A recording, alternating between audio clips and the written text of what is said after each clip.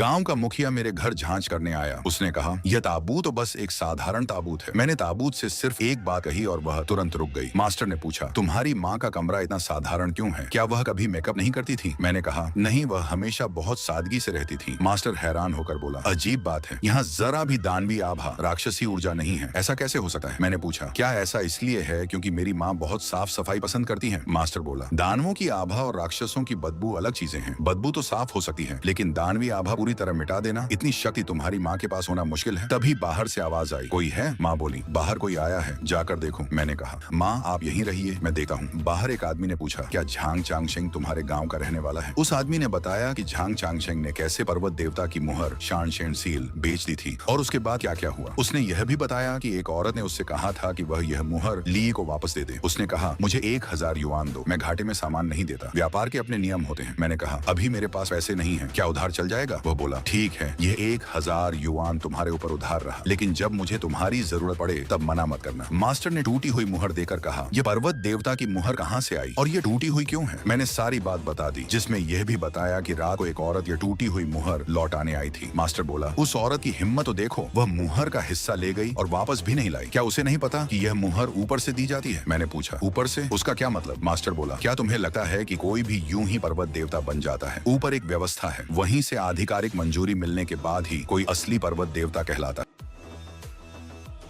मैंने पूछा, माँ के डिब्बे में क्या रखा है? मास्टर बोला, बहुत जल्द तुम्हें पता चल जाएगा। फिर उसने कहा, तुम्हारी माँ ने तुम्हें पालने के लिए बहुत बड़ा बलिदान दिया है। मैंने कहा, मुझे इतना बड़ा किया है, आसान तो नहीं रहा होगा। मास्टर बोला, अब तुम्हारी माँ के बारे में मेरी राय बदल गई है। तुम तीनों के बीच की सच्चाई जब तुम मेरे साथ चलोगे तब समझ जाओगे। यह पर्वत देवता की मुहर तुरंत अपनी जगह पहुंचनी चाहिए, नहीं तो बहुत बड़ी समस्या खड़ी हो जाएगी। जल्दी चलो। मैंने आवाज लगाई। माँ बोली, जल्दी चलो। मैंने कहा, रुको, मास्टर अभी भी चूहों के बीच फंसा हुआ है, इतने सारे चूहे उसे मार देंगे। माँ बोली, उसे छोड़ दो। मैंने कहा, लेकिन वह मेरे साथ आया था। माँ बोली, वह अच्छा इंसान नहीं है, हमें पहले पर्वत देवता को मुहर लौटानी होगी, उसे बचाने की जरूरत नहीं, पहले मुहर मुझे दो। मैंने हैरानी से पूछा, आपको? माँ बोली, मैं ही पर्वत देवता हूँ। मैं चौंक गया, यह सब क्या हो रहा है? मेरी माँ ही पर्वत देवता है? मैंने पूछा, माँ आपका हाथ कैसा है? उन्होंने कहा, मैं ठीक हूँ, जल्दी मुहर मुझे दो। क्या तुम चाहते हो कि पूरे पर्वत पर अराजकता फैल जाए? मुझे अचानक शक हुआ। मैंने सोचा, अभी कुछ देर पहले जब ये मुझे खींच कर भगा रही थी तब इनके हाथ में तो पूरी ताकत थी। अगर सच में हाथ घायल होता तो ऐसा कैसे होता? और मेरी माँ कभी सिर्फ मुझे बचाकर किसी और को मरने के लिए नहीं छोड़ती। मैंने कहा, माँ ये लीजिए पर्वत देवता की मुहर। जैसे ही मैंने मुहर आगे बढ़ाई, वह औरत अपना असली रूप दिखाते हुए बोली, तो तुमने मेरा भेद जान ही लिया, अब मुझे तुम्हारी गर्दन तोड़कर तुम्हारी लाश से मुहर निकालनी पड़ेगी। उसी समय असली माँ लौट आई। उन्होंने कहा, अगर मैं वापस न आती तो तुम इसे मार ही डालती। वह औरत डर कर बोली, दया कीजिए, मुझे माफ कर दीजिए। असली पर्वत देवता मान ने कहा, मैंने तुम्हें कितनी बार समझाया है कि इस पर्वत का नियम है इंसानों को नुकसान नहीं पहुंचाना। वह बोली, मुझसे गलती हो गई। माँ बोली, मैं तुम्हें एक काम देती हूँ, अगर वह पूरा कर दिया तो तुम्हारी जान बख्श दूंगी। वह बोली, धन्यवाद पर्वत देवता, आदेश दीजिए। माँ ने एक वस्तु देते हुए कहा, इसे पश्चिमी झील वेस्ट लेक पहुंचाकर वहाँ के नदी देवता को दे देना। वह बोली, आह जी, मैं अभी जाती हूँ। मैंने माँ से कहा, तो सच में आप ही पर्वत देवता हैं? माँ मुस्कुराई। बहुत हैरानी हुई? मैंने कहा, हाँ बहुत ज्यादा। मास्टर ने कहा, जैसा मैंने सोचा था, तुम ही पर्वत देवता हो। ये मुहर वापस लो। लेकिन ये तुम्हारा असली बेटा नहीं है ना? माँ चुप रही। मास्टर बोला, मैं सही था, बच्चे को जन्म देने के बाद स्त्री की जीवन ऊर्जा बदल जाती है, लेकिन तुम में ऐसा कोई बदलाव नहीं है। इसका मतलब साफ है, तुम कभी गर्भवती हुई ही नहीं थी। मैं स्तब्ध होकर पूछता हूँ, तो फिर मुझे किसने जन्म दिया? आखिर यह सब क्या है? माँ ने शांत होकर कहा, ली ये, तुम मेरे गर्भ से पैदा नहीं हुए हो, लेकिन मैंने हमेशा तुम्हें अपने सगे बेटे की तरह ही पाला है। मैंने कहा, कृपया सब सच सच बताइए, आखिर हुआ क्या था? माँ ने बताना शुरू किया। 18 साल पहले एक आदमी मुझे पहाड़ पर अपना भविष्य देखने के लिए बुलाकर लाया था, लेकिन मुझसे मिलने से पहले ही वह किसी तरह खाई में गिरकर मर गया। मरते समय उसने मुझसे आखिरी इच्छा जताई कि मैं उसका रूप धारण करूं और पहाड़ की एक गुफा से एक नवजात बच्चे को ले आऊं। शुरुआत में मैंने यह बात मानने से इनकार कर दिया, लेकिन लगातार 3 रातों तक मुझे उसी बच्चे के रोने की आवाज सपनों में सुनाई देती रही। आखिरकार मैंने उसकी इच्छा पूरी करने का फैसला किया। मैंने ऐसा दिखाया जैसे मैंने तुम्हें जन्म दिया हो, और फिर दिन प्रतिदिन तुम्हें अपने बेटे की तरह पालकर बड़ा किया। मास्टर बोला, मैंने पहले ही कहा था कि तुम इंसान हो। मैंने माँ से कहा, माँ जिस महिला की लाश मिली थी उसे घर लाया गया है, अगर वह पूरी तरह जाग गई तो शायद हमें और भी सच्चाई पता चल सके। माँ बोली, आखिर वह उसी उसी का घर था। मैंने पूछा, माँ क्या अब आप पहाड़ छोड़कर नहीं जाएंगी? माँ मुस्कुराकर बोली, जाऊंगी क्यों? अब तो मुझे तुम्हारे जैसे बेटे के साथ रहने की आदत हो गई है। मैंने पूछा, माँ आपका असली रूप क्या है? माँ हंसकर बोली, ऐसा सवाल पूछना थोड़ा बदतमीजी है, लेकिन तुम मेरे अपने हो, इसीलिए कभी बाद में बता दूंगी। बहुत साल हो गए, मैंने अपना असली रूप भी नहीं दिखाया। मैंने पूछा, क्या मैंने आपको पहले कभी आपके असली रूप में देखा है? माँ ने कहा, शायद नहीं। मैं बोला, मैं गाँव के मुखिया के घर जाकर देखता हूँ, मुझे वह कुछ अजीब लग रहा है। माँ बोली, मुझे भी बाहर जाना है। पर्वत देवता के वैद्य की कटी हुई भुजा अभी तक वापस नहीं मिली, उसका असर बहुत गंभीर होगा। मैंने कहा, मैं भी आपके साथ चलता हूँ, जरूरत पड़ी तो मदद कर दूंगा। माँ ने कहा, नहीं मैं अकेली ही चली जाऊंगी। मैंने पूछा, फिर इस ताबूत का क्या करेंगे? मास्टर बोला, ऊपर से आदेश आया है कि इस महिला की लाश का मामला जल्द निपटाना होगा। मैंने कहा, नहीं ऐसा नहीं हो सकता। मास्टर बोला, मुझे पता था तुम यही कहोगे, फिलहाल इस ताबूत को किसी सुरक्षित जगह छिपा देते हैं। मैंने कहा, सीधे दफना देते हैं। मास्टर बोला, नहीं, अगर दोबारा दफना दिया तो वह फिर गहरी नींद में चली जाएगी। मैंने पूछा, तो क्या उसे अभी जगा नहीं सके? मास्टर बोला, ऐसा करते हैं, तुम बाहर जाकर एक दुकान लगा लो, मैं एक विधि करूंगा और आसपास के शवों की इन ऊर्जा यहाँ खींच लाऊंगा, इससे उसके जागने की गति तेज हो जाएगी। मास्टर ने मंत्र पढ़ना शुरू किया। कुछ देर बाद मैंने पूछा, कैसा चल रहा है? मास्टर बोला, लगभग हो गया, पिछली बार की तरह ताबूत खोलो, मैं उसे जगाने की कोशिश करता हूँ। मैं बार बार बोला, आंटी जागिए, आंटी आंखें खोलिए। मास्टर बोला, जारी रखो, वह बहुत लंबे समय से सोई हुई है। कुछ देर बाद मास्टर हैरान होकर बोला, ये कैसे हो सकता है? मैंने आसपास की सारी शव ऊर्जा यहाँ इकट्ठी कर ली है, इतनी ऊर्जा तो उसे जगाने के लिए काफी होनी चाहिए थी। आखिर गड़बड़ कहाँ हुई? उसके शव में परिवर्तन पूरी तरह हो चुका है, उससे अब तक जाग जाना चाहिए था। मैं एक बार फिर कोशिश करता हूँ। दोबारा कोशिश करने के बाद भी कुछ नहीं हुआ। मास्टर बोला, अजीब है, इसका कोई कारण समझ नहीं आ रहा। अभी जो विधि मैंने इस्तेमाल की उससे तो अभी अभी मरा हुआ इंसान भी कुछ देर के लिए जाग सकता है, जबकि इसे मरे हुए 10 साल से ज्यादा हो चुके हैं। अचानक उसके चेहरे का रंग बदल गया, बुरा हो गया। मुझे इसे इस तरह जगाने की कोशिश नहीं करनी चाहिए थी। अब इसका ठिकाना उजागर हो गया है, कोई इसे लेने आ रहा है और इसी वजह से यह डर रही है। मैंने पूछा, कौन? क्या उसके परिवार वाले? मास्टर ने सिर हिलाया, नहीं, अगर परिवार वाले होते तो वह उनसे क्यों डरती? अचानक उसने फुसफुसाकर कहा, वे आ गए,